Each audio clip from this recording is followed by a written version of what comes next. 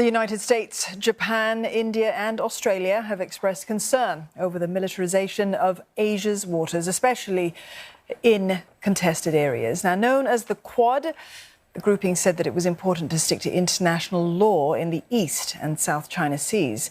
The joint statement issued by host India did not refer to a specific country. It says that the Quad strongly opposes any actions that seek to change the status quo or increase tensions.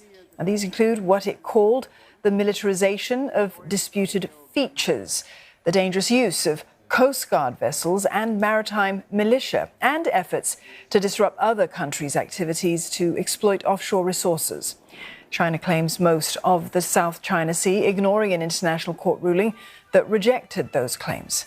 Beijing has accused Washington of using the Quad alliance to encircle the mainland. But U.S. Secretary of State Antony Blinken says that their main goal, well, is to work together to provide constructive aid to other countries. First, we start with the proposition that virtually none of the challenges that our people are facing and that people around the world are facing can be effectively dealt with by any one country acting alone, whether it's the United States, whether it's India, whether it's Japan, whether it's Australia. And given that basic premise, it makes sense for us to start by finding like-minded groups of countries with which to tackle these challenges.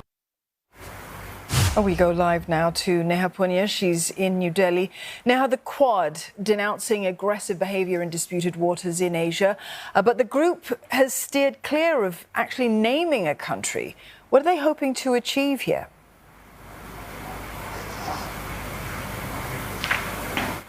John, the show of strength comes just day after the G20 summit that New Delhi held ended in a stalemate, particularly because Russia and China refused to sign a statement that condemned the war in Ukraine. And what we saw today was in sharp contrast to the tense scenes at the G20.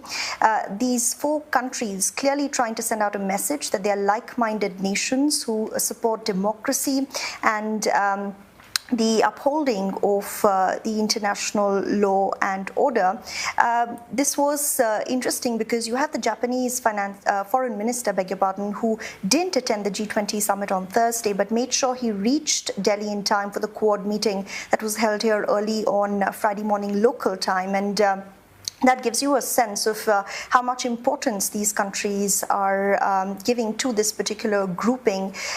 We saw the statements that particularly tried to paint a sharp contrast between the Quad nations and China without naming it, saying that these are countries who are supportive of a peaceful settlement of disputes. And experts agree this is a signal that tells you how much unease there is about China's growing actions in the region. Not just in the South China Sea, but also particularly given that Indian and Chinese troops clashed in December last year, which was an escalation of a border conflict that has been going on now for 2 years and counting. But there was also a direct reference to China, a rare one by the Japanese foreign minister, who said that as long as China abides by international norms, this is not a conflicting issue between the Quad and China. You also had Blinken saying that we're not proposing that countries in the region pick sides. We're simply offering a positive alternative. And the Indian Foreign Minister, Dr. S. Jaishankar, agreeing as well, saying that this is not an us versus them narrative, but this is not how China and Russia are seeing it. Now, you spoke about what the Japanese Foreign Minister had to say. Mr. Hayashi also emphasized that the Quad is a practical cooperation and definitely, according to him, not a military alliance specifically. But that isn't believed by everyone. Russia, China, they're convinced the United States is militarizing the Quad.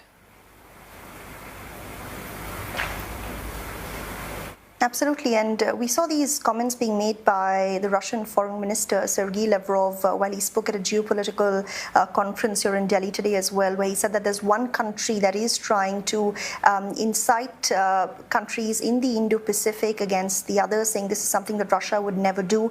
And this sort of statement we usually only hear from China.